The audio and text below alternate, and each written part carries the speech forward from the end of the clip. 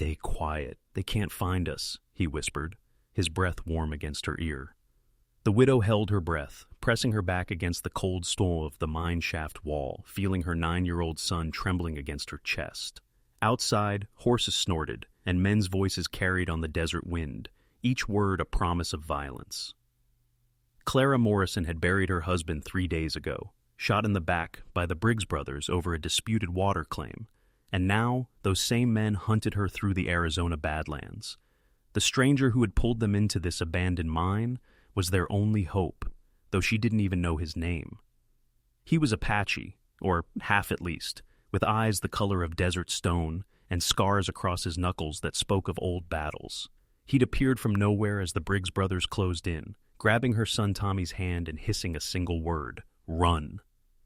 Now, 30 feet inside the mountain's belly, they waited in darkness so complete it felt solid. Clara could hear her heartbeat thundering in her ears, certain the men outside must hear it too.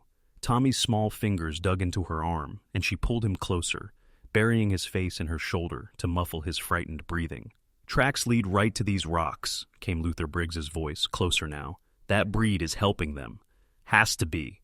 The stranger shifted slightly, and Clara heard the soft whisper of steel clearing leather. He'd drawn his knife, not his gun.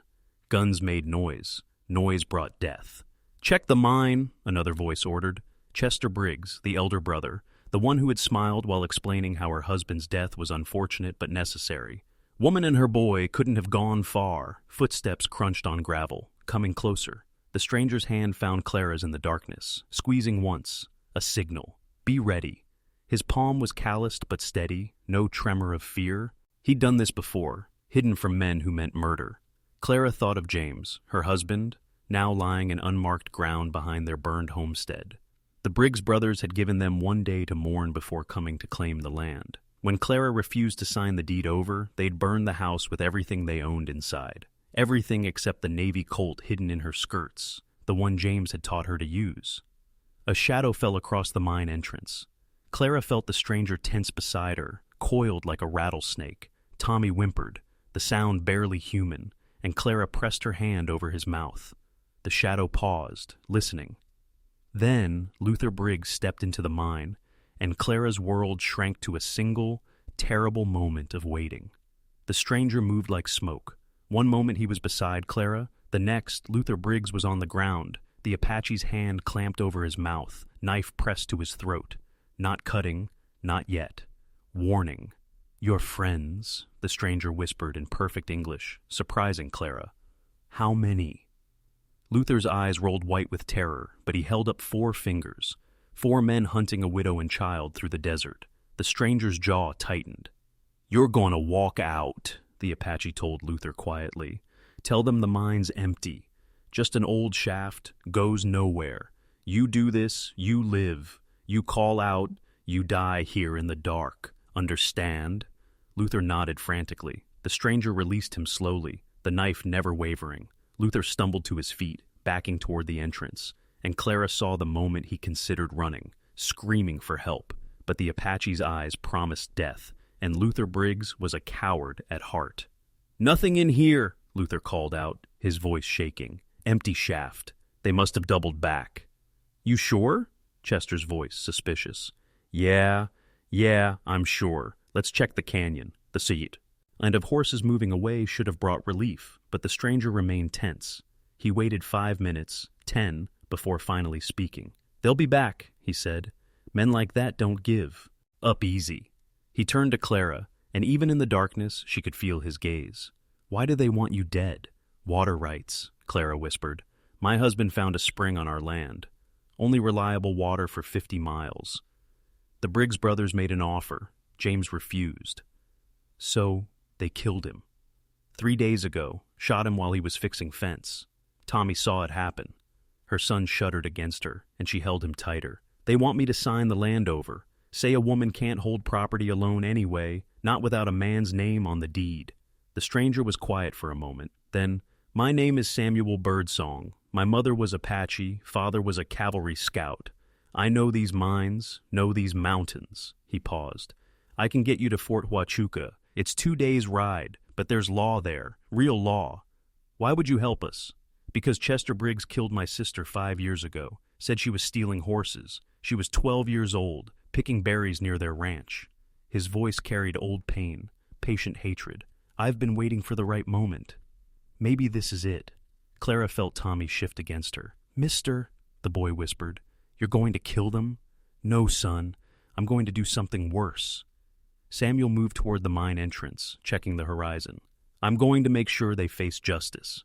Your mother's testimony, what you saw, that's evidence. The commander at Huachuca is a fair man. He'll listen. And if they catch us before we get there, Samuel turned back, and Clara saw his smile in the dim light. Then I'll stop being civilized about this. They traveled by night, Samuel leading them through paths Clara couldn't see, following stars and instinct. He'd found them a horse, a paint mare hidden in a box canyon, and Clara rode with Tommy clutched against her, feeling the Navy Colt heavy in her pocket. By the second dawn, they could see Fort H, Huachuca's walls in the distance, maybe 5 miles across open desert. That's when the dust cloud appeared behind them. They're coming, Samuel said simply. He'd been expecting this, Clara realized, planning for it. The Briggs brothers had picked up their trail at first light, and now 6 riders thundered across the flatland. No place to hide here, no mines or canyons, just scrub brush and scattered rocks. Take the boy, Samuel said, sliding off his own horse. Ride hard for the fort. Don't stop. They'll kill you. Maybe. He pulled his rifle from its scabbard, checking the load. But I'll take some with me. Go. No. Clara surprised herself with the word. Tommy, take the horse. Ride to the fort. Tell them everything. Mama, no. Listen to me. She gripped his shoulders, memorizing his face. You're brave, like your father. You can do this. Ride hard and don't look back. The boy's eyes filled with tears, but he nodded. Samuel helped him onto the paint mare, and Tommy spurred her toward the fort, dust flying. The riders split, 3 continuing after the boy, 3 wheeling toward Clara and Samuel. That was foolish, Samuel said, but there was respect in his voice. He's 9. He'll make it. Lighter load, faster horse. Clara pulled out the Navy Colt. I assume you can shoot. Can you? She answered by putting a bullet through Chester Briggs's hat at 40 yards. The 3 riders dove from their horses, taking cover behind a cluster of rocks. Woman, Chester called out. You just signed your death warrant. I signed that when I married a good man, Clara called back. You just delivered it. Samuel took position behind a fallen juniper, his rifle steady. They'll try to flank us. I know. Clara had hunted with James, learned to read the land. That gulch to the left. Someone will come through there. As if on cue, Luther Briggs appeared in the gulch, creak, peeing forward. Clara's shot caught him in the shoulder, spinning him back into cover. His scream echoed across the desert. You're full of surprises, Samuel murmured. My husband believed women should know how to defend themselves. Smart man. He was. The sun climbed higher, heat shimmering off the rocks. Clara could see Fort Huachuca's gates opening, riders emerging. Tommy had made it. But it would take them time to reach this position, and Chester Briggs wasn't known for patience. Rush them! Chester roared, and all 3 men charged at once. The gunfight lasted seconds but felt like hours. Samuel's rifle cracked twice, dropping 1 rider and wounding another. Clara fired steady, controlled, the way James had taught her. Luther Briggs fell first, clutching his chest. The 3rd man, a hired gun named Wade, took cover as his horse screamed and fell. Then Clara's gun clicked empty. Chester Briggs heard it, rising from cover with a savage grin. Out of bullets, widow! Samuel swung his rifle toward Chester, but Wade fired first, the bullet catching Samuel in the side. He grunted, falling to one knee, rifle tumbling from his hands. Chester advanced, revolver trained on Clara. You cost me my brother. You cost me my husband. He was nothing. A sodbuster who got lucky with water. Chester cocked his pistol. Any last words? Clara looked at Samuel, bleeding into the sand, then at Chester's triumphant face. Yes, you should have counted my shots better. She'd kept 1 bullet. Always keep 1 bullet, James had said, for the moment when they think you're done. The Navy Colt bucked in her hand. Chester Briggs looked surprised as the red stains spread across his shirt. He tried to speak, managed only a bubble of blood, then collapsed.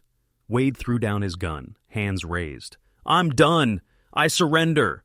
The The cavalry from Fort Huachuca arrived minutes later, Tommy riding with them, tears streaming down his face as he flew from the horse into Clara's arms. The soldiers took Wade into custody, assault, and their medic tended to Samuel's wound, clean through, missing the organs.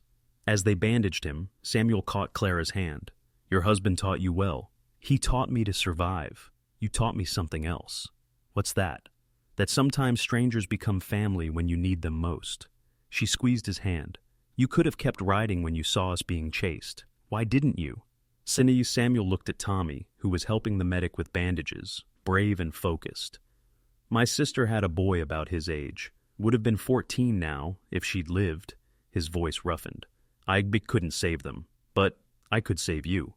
Clara felt tears she'd been holding for 3 days finally fall. "What will you do now?" "Heal. Then—" He looked at the vast desert. "Probably drift. It's what I do." "You could stay? That water claim? It's good land. I'll need help working it." Samuel studied her face. "You don't even know me. I know you risked your life for strangers. I know you chose justice over revenge, even though revenge would have been easier." She managed a small smile. "And I know you're good in a fight. That's enough to start." Tommy approached, carrying a canteen. "Mama says you might stay with us." "She does?" "Yes, sir. We could use the help. And—" The boy paused, gathering courage. "I'd like to learn to track like you do, to read the land." Samuel looked between mother and son, these strangers who'd become something more in 2 days of running and fighting. "I suppose I could stay for a while, just until you're settled." The trial at Fort Huachuca was swift. Wade's testimony, combined with Clara's account and Tommy's witness to his father's murder, resulted in posthumous murder charges against the Briggs brothers.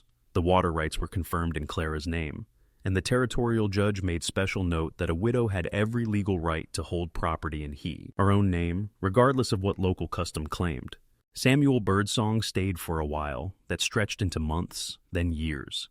He taught Tommy to track deer and read weather sign, to move silent through the desert and respect the old ways. He helped Clara build a new house near the spring, larger than the first, with thick adobe walls that stayed cool in summer. They never spoke of love, not in words, but it was there in the way Samuel's eyes followed Clara as she worked the garden, in how she touched his shoulder when serving dinner, in the quiet evenings when they sat watching Tommy practice with the bow Samuel had made him. 3 years after the gunfight in the desert, they married in a simple ceremony at the fort, with Tommy standing as witness. The boy, now 12 and tall for his age, had taken to calling Samuel Pa months before, the word slipping out natural as breathing. The ranch prospered. The spring that had cost James Morrison his life became the foundation of something larger, a way station for travelers, a place where Apache and Mexican and white settlers could water their horses in peace.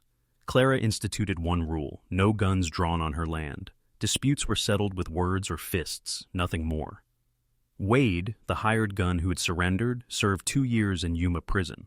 Upon release, he drifted back to the ranch, hat in hand, asking for work. It was Samuel who convinced Clara to hire him. "Man deserves a second chance," he said. "He was just following orders, same as I did once." Wade proved loyal, working the ranch for 20 years until age forced him to retire. He never forgot Clara's mercy or Samuel's forgiveness. Tommy Morrison grew into a man who carried both his father's teachings, James's sense of justice and Samuel's understanding of the land. He became a territorial ranger, known for solving disputes without violence when possible, with decisive action when necessary. He married a schoolteacher, her from Tucson, and they raised 4 children on the ranch, each one learning to shoot from their grandmother Clara and track from their grandfather Samuel. Years later, when Clara's hair had gone silver and Samuel moved slower but still sure, they would sit on the porch they'd built together, watching the sun set over the desert. Sometimes Tommy would visit with his family, the grandchildren racing through the house, filling it with laughter that chased away old ghosts. "Do you ever regret it?" Clara asked one evening, her hand resting on Samuel's. Stopping to help us that day, Samuel lifted her hand to his lips, kissing the calluses that matched his own. "Every choice I made in my life led me to that mine shaft, to that moment when I heard a boy crying and his mother trying to be brave." He smiled, the years having softened his face but not his spirit. "How could I regret finding my family?" The desert wind carried the scent of sage and coming rain, the spring on their land still flowing strong and clear. In the distance a hawk circled, riding thermals toward the mountains that held 1,000 hidden paths, 1,000 stories of survival. Clara thought of James, whom she'd loved first and mourned deep. She thought of the mine shaft where she'd held her breath and trusted a stranger. She thought of all the moments between then and now, the building, the healing, the learning to love again not as replacement but as expansion, the heart growing larger to hold more. No regrets, she whispered back, and meant it. The stars emerged one by one, mapping the sky Samuel had taught Tommy to read, that Tommy had taught his children to follow. And in the house built on land that had cost so much blood, a family gathered around the dinner table, safe and whole and home. Stories like this aren't just told, they're felt. If you felt it too, subscribe and stay with us.